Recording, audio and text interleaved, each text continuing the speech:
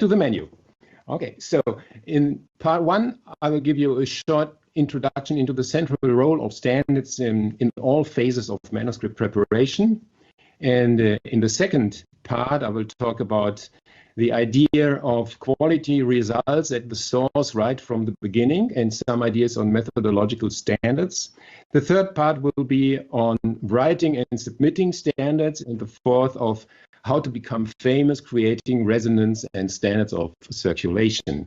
And finally, I will try to give a very short summary in only 3 words. Well, so let's start with the introduction. The bad news first. I won't show you any dirty tricks, and I won't show you any shortcuts to success, because there are no tricks for successful publication strategies. In the long run, I would say such dubious strategies will only damage your reputation. However, there is hope, and the buzzword of my seminar will be standards. I will give you some helpful advice, and I will give you some recommendations for further reading where you can find more details on the topics mentioned in this presentation. My first idea, and this is the second part, is related to principles of music production. What I learned from my colleagues of music production is quality results at the source. Even though there are numerous ways of pitch correction in case of badly sung vocals, such as melodyne or Antares autotune, if the vocals are bad and the singer can't sing, production of a song will be a challenge. In other words, you can't make a silk purse out of a sow's ear, or to say it more frankly, you can't turn crap into gold. And my advice would thus be, start your work with a thorough search for validated scientific knowledge for your research topic. And this means, first, check CiteInfo, the database, and the second database, the Cochrane Library for available meta-analyses and systematic reviews for your research question. And my first recommendation for further reading would thus be, have a look at the introduction to the new statistics by Cumming. Cumming recommends to check your thinking and writing at every stage of your research based on so-called don't fool yourself principles, the DFYs. But what characterizes the new stats? I will give you 3 examples for the don't fool yourself rules. This means start with an a priori analysis for power analysis for your experimental planning. The second is use effect sizes and ideas on effect sizes to be expected, and use effect sizes for the report of your result. In other words, don't tell significance, tell relevance. And the third point is use of confidence intervals instead of significance values, p-values, for the interpretation of your findings.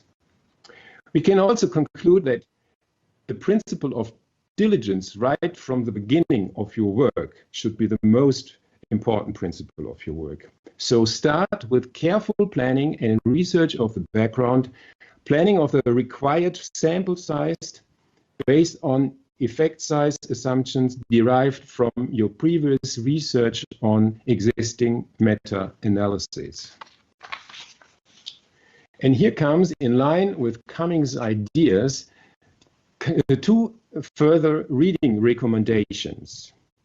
The first, well, number 2, is the introduction to the free software tool for power analysis. It's called G-Power. And then number 3 recommendation is my personal favorite, on the basics of test power and effect sizes. It's the book by Alice. I can tell you it's a really good investment, these €20. Perhaps you are wondering, why do we need all these basic preliminaries?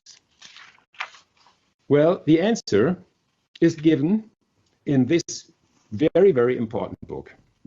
This information will be required by the so-called journal article reporting standards published in the most recent 7th edition of the APA publication manual. So let me give you an example. The report of sample size considerations in your manuscript is mandatory, and the jars are valid for both the quantitative and qualitative research. My editorial experience is that missing information on test power is the main reason that manuscripts are rejected. Don't do that. To conclude for this part of my talk, my strongest recommendation is buy this book, read it, and inhale the APA manual before writing your manuscript, or better, starting your research. The last aspect of this section is which standards will the experienced reviewer of your paper expect. Sometimes it's helpful to approach a subject from a different perspective, and it's interesting to get some ideas on what is the reviewer's perspective on the manuscript, in particular on methodological aspects. Well, here's a reading recommendation number 5. It's the reviewer's perspective, and this book should be on the desk of every qualified reviewer. So let us assume one idea from this book. You developed a new rating scale for the evaluation of singing performance. Well, so be prepared to answer the reviewer question about the so-called inter-rater agreement and the resulting intra-class coefficient, the ICC. Finally, at the end of these sections, some recommendations for the future of statistical methods should be given. Be prepared. Be prepared for the future and say farewell to p-values and say hello to Bayes statistics. The background is, in 2014, the journal Basic and Applied Social Psychology announced the future ban for null hypothesis significance testing, NHST. Instead of p-values, all submitted papers should give information on the so-called Bayes factor for hypothesis testing. The current situation is as follows, as far as I can see. In the music cognition journals, they are still based on NHST, but I assume that in the future, the Bayes stats will be the new standard for data analysis in many journals. But how can you prepare yourself for this expected development? Well, here is further reading number 6, Doing Stats with Bayes. My recommendation would be have a close look at the textbook by Kruschke. It's really easy to understand, it's well explained. And the second is get familiar with a very powerful statistical software package called JASP. It's available for free and it's easy to use as a software package integrated both worlds, the NHST world and the same procedure like a t-test in the Bayes version. My promise is you will benefit greatly in data analysis competence. Bayesian analysis is no magic. You will make the experience of a new dimension. That's true. I come to the third part of my talk, the standards of writing and submitting. What is the most important aspect of the standards of writing? From my experience as an editor, the highest risk comes right at the beginning, especially for non-native speakers, but I would say actually for all writers, one of the deadly sins is the submission of non-edited English manuscripts. This can result in immediate desk rejection. Please remember, language editing is not the duty of reviewers or editors. It's your duty. From this, we can conclude, please consult one of the numerous editing services such as American Journal Editors, or so you can have a great offer of all kinds of services in this field. Or, believe me, language editing is a very, very good investment in your career. Let me give you one example from the APA latest release. Do you know how to describe the gender of your sample? There is a standard for the description of this gender, and you will find this in the section on the mechanics of style. The example, so it's going about the term gender, but so you will find another term, it's called a cisgender. But what does it mean? Perhaps you might wonder whether to use the gender, the sex, or whatever diverse, perhaps a self-declaration of the gender of your sample, of the composition of your sample. So the keyword is cisgender. To be honest, I didn't know before that cisgender is the new standard for gender classification.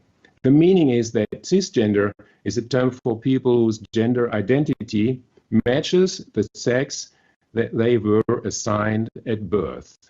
And other terms could be transgender, diverse, non-binary, etc. So, of course, a frequent question and a frequent mistake is submission of your paper to an inappropriate journal.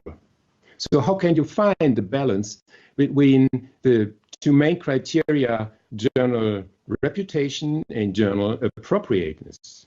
My recommendations would be as follows. First, check the journal scope. So what is described within the scope of the journal and what is outside the scope of the journal? Think about your target group. This means open access journals are sometimes more like a shotgun method without a clear target community. The question is more, is the topic of your paper of general interest, for example, a meta-analysis or a review? Then you can think about a generic journal such as Frontiers in Psychology, but you also should think about the very, very high publication fees in Frontiers and in PLOS ONE. You should also try to balance these various aspects and make your decision. My preference would be appropriateness of the scope of a journal for the readership should be preferred over prestige. And sometimes smaller journals give also a fair chance to manuscripts because they are not so highly competitive. And you have a fair chance for manuscript acceptance. Although, of course, I would say Musicae Scientiae is an excellent choice, always. You should also think about submission to a smaller journal, such as the Yearbook of Music Psychology, Empirical Musicology Review, or perhaps also Music and Science. Finally, for this section, I would like to give you an alert. Beware of so-called predatory journals. Predatory journals means that they will accept submissions and they will guarantee publication for payment, but this will be a publication in a dubious manuscript outlet. Don't do that, you will damage your reputation. Well, a short illustration of the difficulties of journal selection is an example from my collection of research anecdotes. So a couple of years ago, we conducted a study on the effects of subliminal messages in music, and we found no effect of subliminal text messages embedded into a musical background on behavior, on choice behavior. So this means the null hypothesis was confirmed. This manuscript was rejected by many journals due to the nothing found message, and you know there is a bias in the journals for something found. But we found the journal, the online journal of articles in support of the null hypothesis, and we survived the review process. And this is a very interesting paper and study which has been cited numerous times. I now come to the pre-final section, the creation of resonance. So, in other words, how to become famous and how to create resonance in your community. This requires citations to create resonance and to increase your impact. There are 3 easy steps. My recommendation would be, first, for all people working in the scientific field, register for a Google Scholar account. You can't imagine how many people don't have a Google account, a Scholar account. This is really surprising. The second is register for a ResearchGate account so that other people can get knowledge from your research and can get into contact and ask for manuscripts or for comments on other manuscripts. And the third would be register for an ORCID ID number. This is a lifetime number for identification of all your publications. And this will go back to the counts of citations in Google Scholar and is connected to other bibliometric systems. However, think about one aspect. The most important quality required of an author is patience. In case of, for the case of psychology of music, we can have a look at the bibliometric analysis by Hancock and Price from 2016. And this graph in the right lower corner shows that it takes about 4 years until 50% of all published manuscripts are cited at least once. 4 years. So this is a question of time. Now I come to my final slides. The road to success is long, bumpy, and winding. So please be patient, diligent in all steps of publication. And only one thing is missing, the very short summary of my talk. Here is my summary in 3 words. It's the attitude, it's your personal attitude towards all steps of research from the very first idea to the submitted manuscript, and the attitude towards standards. That's what counts. Thank you very much for your attention, and I'm looking forward to the discussion and your questions. Thank you very much, Reinhard. That was really interesting. We had some technical things that it took a bit of time for our conversation to become live. So I'd like to reintroduce the webinar. So I have to repeat my introduction, and then we'll go to the questions, and people have time to put in their questions in the meantime. Okay. So yeah, let me introduce myself again. So I'm Renee Timmers. I'm president of the ESCOM, the European Society of the Cognitive Sciences of Music. I work at the University of Sheffield, where I'm physically present at the moment. And I'm in conversation with Professor Reinhard Kopiez, who is at the University of Hannover, or Hochschule of Hannover. And so Reinhard has been editor-in-chief of Musicae Scientiae for 8 years and knows much of the ins and outs of the journal publication. So he's in a really good position to share his insights with us about getting published in the field of music psychology. A little bit about ESCOM. So ESCOM is a society that aims to promote high-quality research in cognitive sciences of music through dissemination. So journal publication, we are publishing Musicae Scientiae, and through conference organization. So we have a conference once per 3 years, but we also want to organize certain smaller events like this webinar. So we're aiming to make more and more use of technology to support connectivity between researchers and also to support accessibility of events. So this webinar is meant for early career researchers and people who are maybe also geographically living somewhere remotely, so they have more visibility and a chance of success. So let's go to the first kind of questions. There was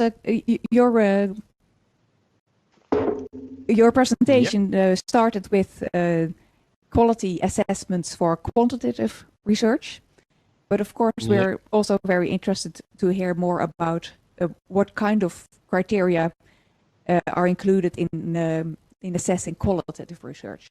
And do you have a publication even that you can recommend in that respect? Yeah. So I will give spoken answers, and I hope this is fine, so that I don't have to type in anything. Yes. So if you go to the APA homepage, you will find on the starting landing page some links to further tables and materials called journal article reporting standards. And these standards are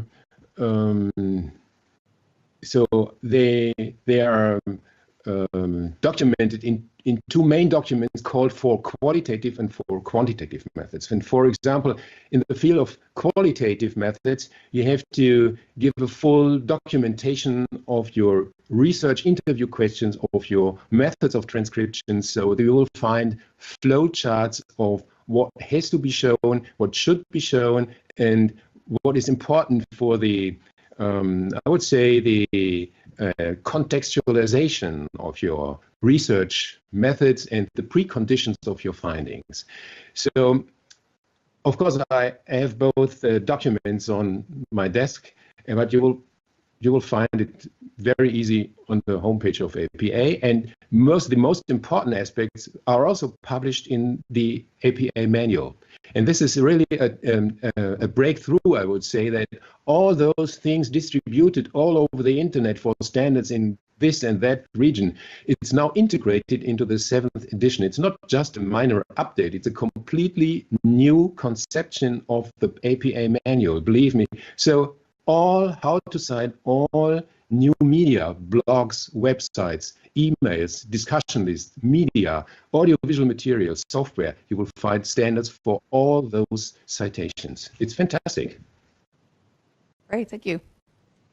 So maybe continuing a bit about quantitative versus qualitative research.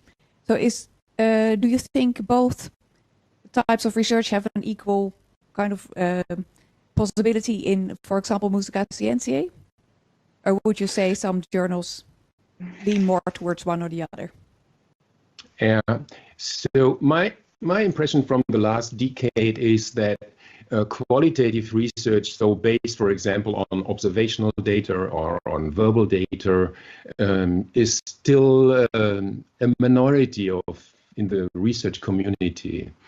And not all journals accept qualitative research. For example, in music perception, it will be very difficult to publish qualitative research in this journal. It has a long tradition in quantitative methods and music cognition research. And in Musicae Scientiae, I would say there is a bias towards the quantitative methods, but in psychology of music, they are more, I would say, in balance between both worlds. And you will have a fair chance for interviews, group discussions, observational data, and more explorative approaches, and so on.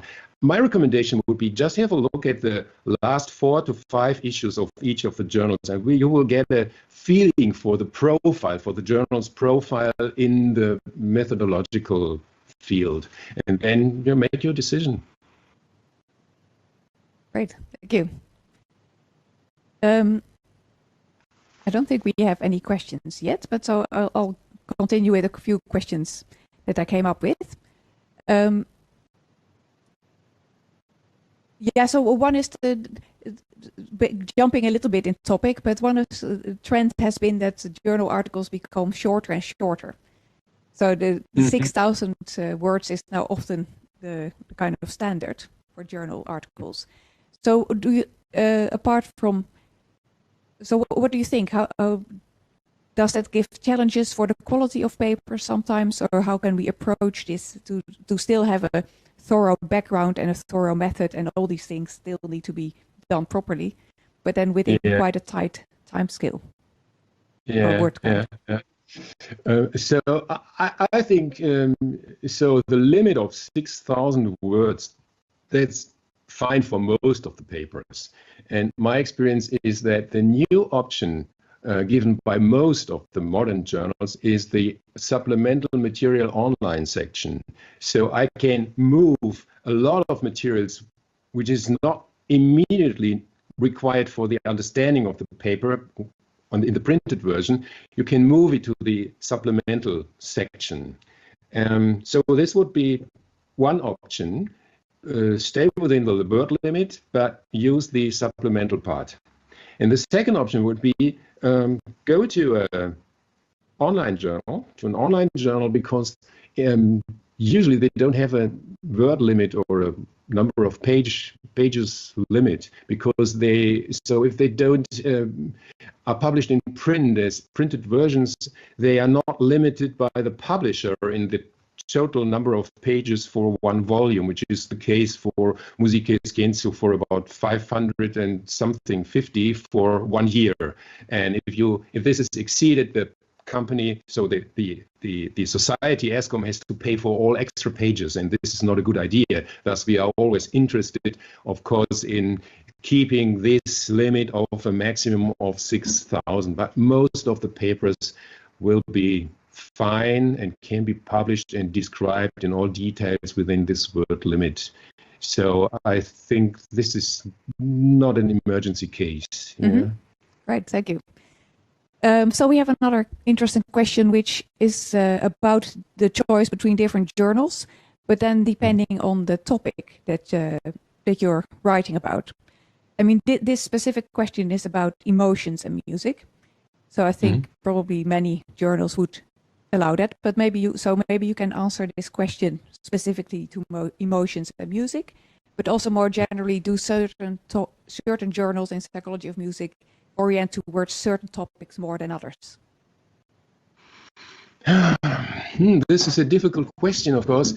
We have in psychology, we have the journal Emotion, and this is has a clear focus on this aspect of research. And so from my research group here in the 2006-05 years, we published some manuscripts in Emotion, and it was a very successful strategy, because it has a high impact. This journal has very high reputation. It's read by a broad range of psychologists and researchers.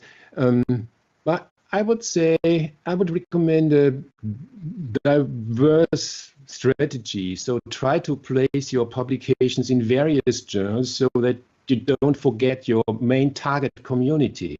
So the psychologists are not your target community for research in the field of music perception and experience and emotion, but it's fine to have a publication in one of these top journals, of course. Yeah? So I would do both. I would try to publish in more general journals of interest to the community of psychologists, and I will also consider the music cognition community. And I would not say that some are more open to this and that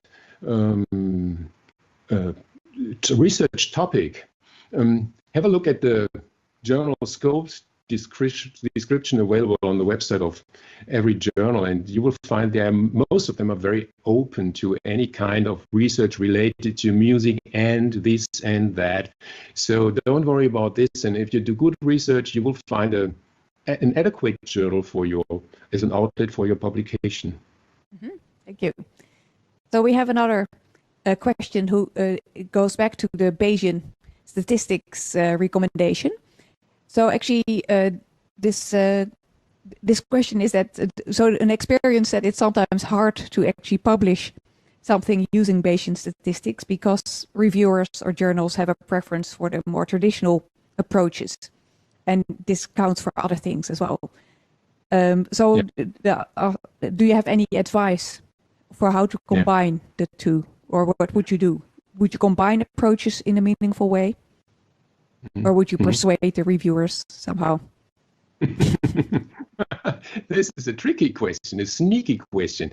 Okay, so I know both perspectives, as an author and as a reviewer, of course. And that's right, this question is an important point, because the gatekeepers in the journals very often come more from the traditional section of methods. So they are used to and familiar with NHST research and p-values and all that stuff. That's not bad, but there is also a chance for using more advanced statistical procedures. And what we did is we did both. So, for example, in a paper in music perception, we first described our results from the perspective of traditional NHST and new statistics, effect sizes, and all that stuff.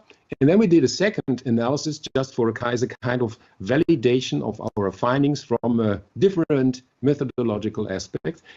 And so this means the NHST section was followed by a short section on the Bayesian statistical analysis.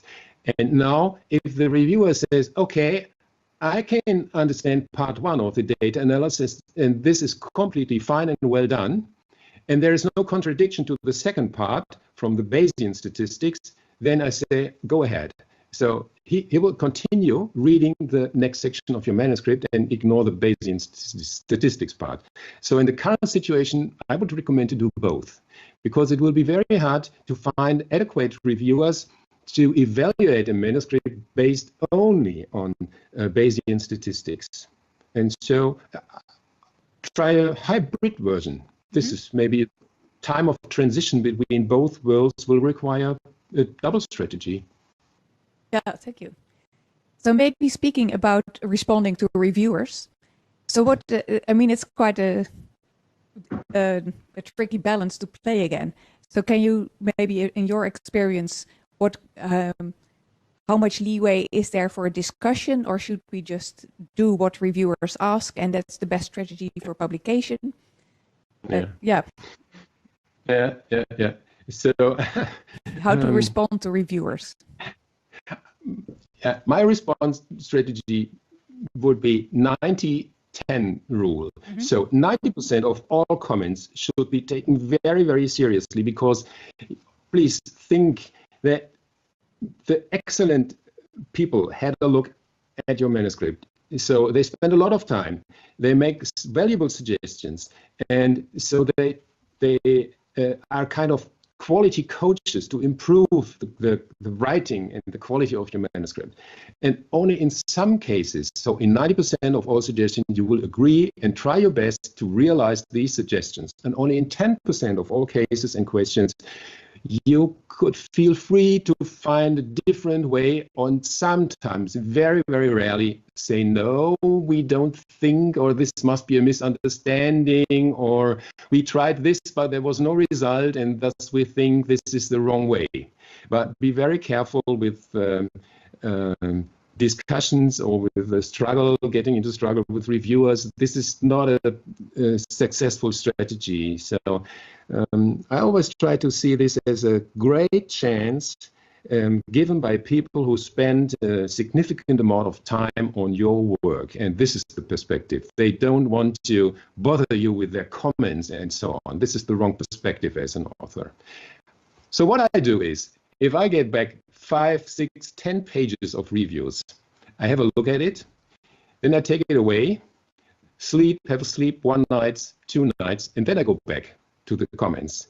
And I will start on the detailed work. So reviewer 1, comment A1, A2, A3. And then I try to develop the strategy how to answer these questions, and I will give very, very detailed and convincing answers to how and what we did and why. And only in very few cases I will say, so I don't think this is a good strategy because we tried it and we didn't find any improvement of the manuscript. But be careful with this point.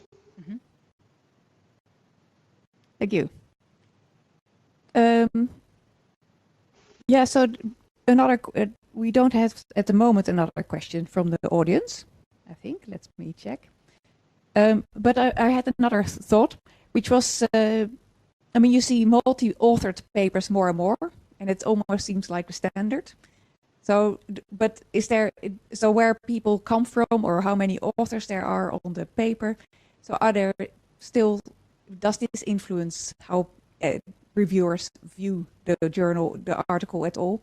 I mean, it shouldn't be, of course, but implicitly, do you know if there's unconscious biases going on? Well, so some journals, they ask for a paragraph at the end of your manuscript, author contributions. So you should declare who did what. And in the APA manual, you will find some really good guidelines for for justifications of authorship. And a high number of authors may be justified in case of interdisciplinary work or of research groups or very complex procedures in medicine, in neuroscience, in physics, or wherever. So this is not a contra-argument as far as I can see. And in most of the papers, you don't know how many people are getting involved into the manuscript. In music perception, this is not the case, so it's not a blinded review. I can always see the names of the authors, and then maybe if there are 5, 6, 8 authors on the paper, no, I wouldn't say this would result in a judgment bias. So a judgment bias maybe would be caused by hundreds of authors, as sometimes published in Nature. I remember, so there is a paper with 900 something authors, and the list of authors is longer than the paper. Yeah, and this is a funny situation. I think this never happened in music psychology, and I can't remember. So maybe I have sometimes 4 to 5 authors, but so this is the upper limit. But I meant actually also the other way around. So if it's only one author, so that becomes rarer now. So, and so just someone, so the work of a single scholar in music psychology kind of context, is that getting rarer and also therefore less trustworthy somehow? Yeah. Difficult to answer. So I think no, but so the double authorship seems to be the standard, because we are such an interdisciplinary field that in many cases you will your work will be based on cooperation with other disciplines, from neuroscience or from engineering sciences and so on, or computational sciences. So this results in a multi-author paper, of course. But so I would say these creative and productive individual researchers and scholars, so they will always exist. And for example, have a look at the work of Bruno Rapp, for example. I think 90% of his papers are one-author papers, and they are all brilliant and excellent.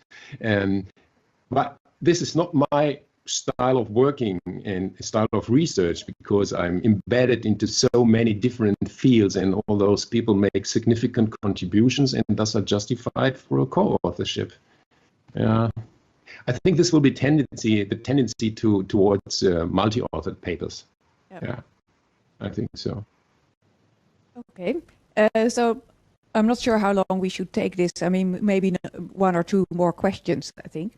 Yeah, so I have one other question. So because, well, I think it's nice for the audience maybe to know in what way SAGE helps us. So helps the journal Musicae Scientiae. So SAGE is the publisher of Musicae Scientiae, and this, for example, gives quite a good distribution of the journal in the different libraries and so forth. So could you give a little bit of an explanation about how this publishing world works in the sense of distribution and the contracts that they have? And the reach of the journal. So from my experience, SAGE is a fantastic outlet for all this kind of psychological research, and Musicae is only one of the music-related journals, and the other one is, of course, Psychology of Music, and now we have a third journal published by SAGE, is Music in Science. It's an open access journal.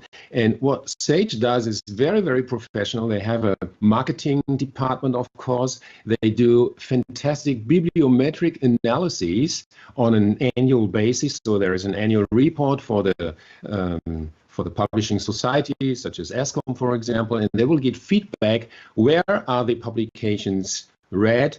From which countries come different forms of subscriptions? So what is the tendency in the market from subscription to journals to pay-per-view models, so that author pay only for one PDF of one paper? And so we have the entire background information. So you can say the most cited paper of the last year was, for example, related to music in everyday life. Okay, so for the editor and for the society, this is an important feedback to see, okay, perhaps we could stimulate more a special issue, for example, on this topic to be up to date and to create resonance in the community and to make the journal more attractive to libraries or to research groups or also to individuals, and to convince people to become a member of ESCOM. This should be your first idea, I would say. Not only reading, but support your society. This is important. Right. Thank you. Okay, so maybe we can wrap up quite soon now. Do you have anything else that you would like to discuss or that you think is relevant for the audience? So I would be happy if the listeners in the audience, the attendees of this #1 webinar, would contact me at one of the forthcoming conferences, for example, in Sheffield in 2021, or at one of the other events, and just tell me your experiences, if it was helpful for you to get my ideas on these publication strategies and the idea of diligence right from the beginning and the standards and all that stuff. If this was really helpful to you for your everyday work, and this would be of interest to me to see how to improve my my support for the next generation, to give my experience to you. Okay. Well, thank you so much for your time and the very worthwhile tips, I think. I've learned a lot, and really nice to see you. It was a pleasure. Thank you very much. Bye. Bye.